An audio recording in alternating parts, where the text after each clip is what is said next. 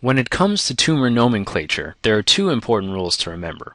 The first is that benign tumors are generally the name of the tissue plus oma. For example, a benign bone tumor is called an osteoma. On the other hand, malignant tumors end in carcinoma if they are of epithelial origin, or sarcoma if they are of mesenchymal origin. Of course, there are exceptions, like the fact that lymphoma is malignant.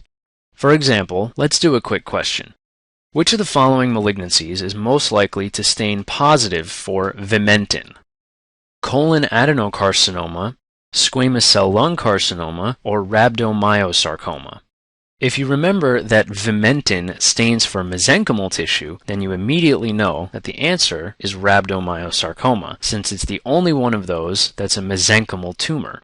Even if you don't have any idea what vimentin is or what it stains for, you can recognize that the first two are both epithelial, while the last one is mesenchymal. So if you had to guess, you might pick rhabdomyosarcoma anyway. See how easy that was? One quick word about the difference between benign and malignant tumors.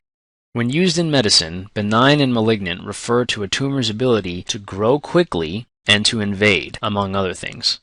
Generally speaking, this corresponds to how likely a tumor is to cause trouble in the patient's body. But remember that there are other things that can cause trouble. For example, although most brain tumors are benign, meaning they tend not to invade, they are still quite lethal because they are growing in a confined space, namely the skull, and can compress very important structures. Before moving on to disease-specific information, let's briefly mention cachexia. This is the state of total body atrophy that's caused by chronic disease, especially in cancer. It isn't just related to poor appetite. It's mediated by inflammatory cytokines that cause derangements in metabolism, too. This is the reason why people with advanced cancer or uncontrolled AIDS are usually so skinny, frail, and weak. Cachexia is truly a sad state, and often by the time cachexia sets in, there isn't much that can be done to save the patient's life. Before moving on, let's do a mini case. Ready? A 67-year-old man presents to your office complaining of extreme fatigue, exhaustion, 30-pound weight loss, and severe back pain. Rectal exam is notable for a highly nodular prostate, and X-ray shows several lesions in the lumbar vertebrae. Question 1. What is the likely stage of the patient's tumor? If you said stage 4, you're correct. This patient probably has metastatic prostate cancer. Even without knowing any of the specifics of prostate cancer, you know metastasis is usually associated with poor prognosis and a very high stage, so the best guess is stage 4. On to question 2. On exam, which of the following structures is most likely to be atrophic? Gingival mucosa, cornea, or temporalis muscle? If you said temporalis muscle, you're correct. Based on this patient's advanced cancer and 30-pound weight loss, he's probably cachectic, and the typical manifestation of cachexia is muscle atrophy.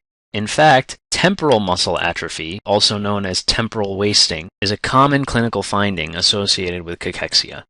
Great. The rest of this chapter contains information that is really important to know and is very high yield on the exam, but is honestly best learned through memorization. There are a few guiding principles which we'll talk about as we move forward, but we will not be discussing everything in detail. Please make sure you spend enough time learning these details on your own. First, there is this table that describes common conditions associated with specific neoplasms. Some of these, like Down syndrome, are genetic, whereas others, like ulcerative colitis, are chronic inflammatory conditions.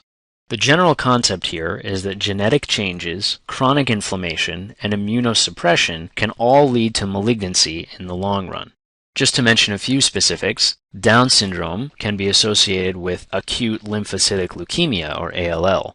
Ulcerative colitis can be associated with colon adenocarcinoma, and states of immunodeficiency can be associated with malignant lymphomas. Now, we only mentioned a few of these. Please spend some time learning about these diseases and use this table to review them. The next table lists several important oncogenes, as well as the associated tumor and the relevant gene product. The important concept to remember with oncogenes is that they are genes where a single gain-of-function mutation leads to cancer. Most of them are receptors for growth factors, where a mutation leads to permanent activation. You might remember from our discussion of apoptosis that BCL2 is an anti-apoptotic protein. In this case, a gain-of-function mutation in the BCL2 oncogene leads to follicular and undifferentiated lymphomas due to inhibition of apoptosis. Since all of these oncogene mutations require only one allele to lead to cancer, they are typically dominant mutations. These are all very high yield for your exam, so please spend some time to learn them. The questions that you might see are usually pretty straightforward. For example, a 60-year-old man presents with fatigue, weight loss, and gum bleeding. CBC shows leukocytosis. Chromosome analysis shows a translocation of 922. Which oncogene is activated? Well, if you recognize the symptoms here as CML, you know the oncogene has to be the ABL oncogene. The flip side of oncogenes are tumor suppressor genes. These are genes that normally work to prevent cancer. If both alleles lose their function, then cancer develops, making these recessive mutations. Most of these genes are cell cycle regulators or DNA repair enzymes. Essentially, these genes are constantly working to slow down rapidly dividing cells and fix DNA mutations before they become a problem. As with oncogenes, the questions you will see are usually pretty straightforward, but remember that these are all very important to know. Just to highlight one in particular, the BRCA1 mutation is a specific tumor suppressor gene that, when mutated, has a very strong association with breast cancer. Please take time to learn these mutations. The next list is tumor markers. Again, this is something that you'll have to just sit down and memorize. Once you study the individual diseases, look back at this table to jog your memory. One important note is that tumor markers are not used as primary diagnosis. They are sometimes used to confirm a diagnosis or to track progress of tumor recurrence and response to therapy, but never as diagnosis. As an example, there has recently been some controversy regarding the PSA test and its usefulness in screening for prostate cancer. Next, let's move on to oncogenic microbes. Infection with these organisms is often associated with a particular type of cancer.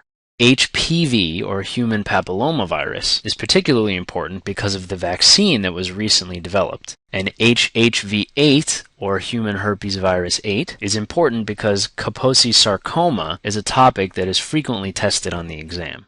How do these infections cause cancer? Well, there are basically two mechanisms. First, viruses can insert themselves directly into the genome, interfering with proper cell division and wreaking havoc over the long term. This includes hepatitis, EBV or Epstein-Barr virus, as well as HPV.